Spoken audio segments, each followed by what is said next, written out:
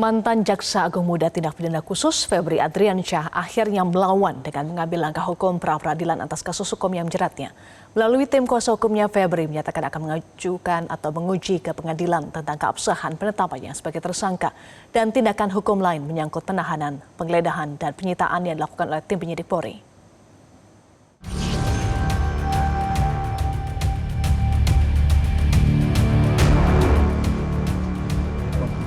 Masih ada satu lagi.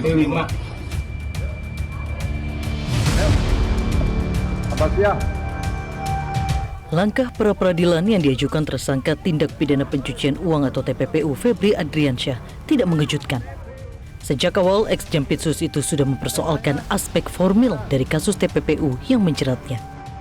Di Gedung Bundar tidak pernah seperti ini. Di Gedung Bundar tidak pernah seperti ini. Semua alat bukti harus dikonfirmasi dan diperdalam dulu. Dan berkali-kali dilakukan expose, baru kita yakin bahwa ini tidak zalim, sehingga kita tetapkan tersangka, dan barulah kita melakukan penahanan. Tetapi ini sudah menjadi keputusan pimpinan, saya siap menghadapinya, ya. Dan saya merasa memang ini kriminalisasi. Terima kasih ya. Salah satu yang selalu diprotes kubu Febri Adriansyah adalah terkait penetapan tersangka TPPU yang tidak didahului dengan pengusutan tindak pidana asal. Utamanya adalah sekali lagi tidak jelasnya predicate crime dari penetapan tersangka TPPU yang dijatuhkan atau disangkakan kepada Pak FA ini, seolah-olah semua penyidikan tindak pidana korupsi yang belum ada tersangka kemudian jadi tindak pidana asal. Jembatan ini yang tidak logis dan tidak ada kami temukan bukti-bukti hukumnya. Kenapa ini penting? Agar tidak setiap orang kemudian bisa dengan mudah menjadi semacam menjadi tersangka karena praktek-praktek yang tidak sesuai dengan aturan hukum tersebut.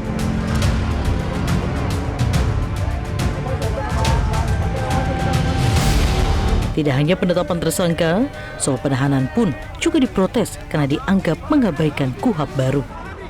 Penahanan itu kami duga melanggar pasal 100 ayat 5. Bahkan di surat perintah penahanan itu tidak dipertimbangkan sama sekali pasal 100 ayat 5 tersebut. Seolah-olah ini masih menggunakan KUHP lama, di mana di KUHP lama itu penahanan itu lebih didasarkan pada subjektivitas penyidik. Nah, pertanyaannya, apakah penahanan yang seperti ini, siapapun yang ditahan ya, itu kemudian bisa dibenarkan hanya karena misalnya banyak orang meminta ditahan, tapi penahanannya tidak dilakukan sesuai dengan hukum. Jadi isunya lebih kembali harus kita lihat pada ini bisa berdampak pada siapa saja seperti itu.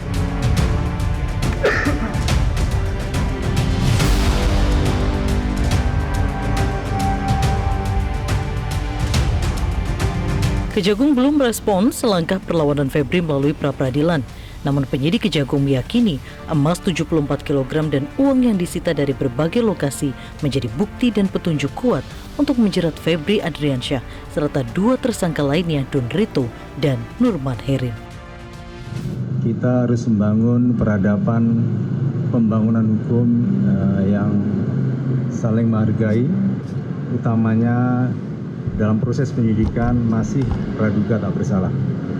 Oleh karenanya kita saling menghormati proses ini, semoga kedepannya tim 9 tetap melaksanakan tugas sebaik-baiknya. Tim Liputan Metro TV. Jelajahi cara baru mendapatkan informasi. Download Metro TV Extend sekarang.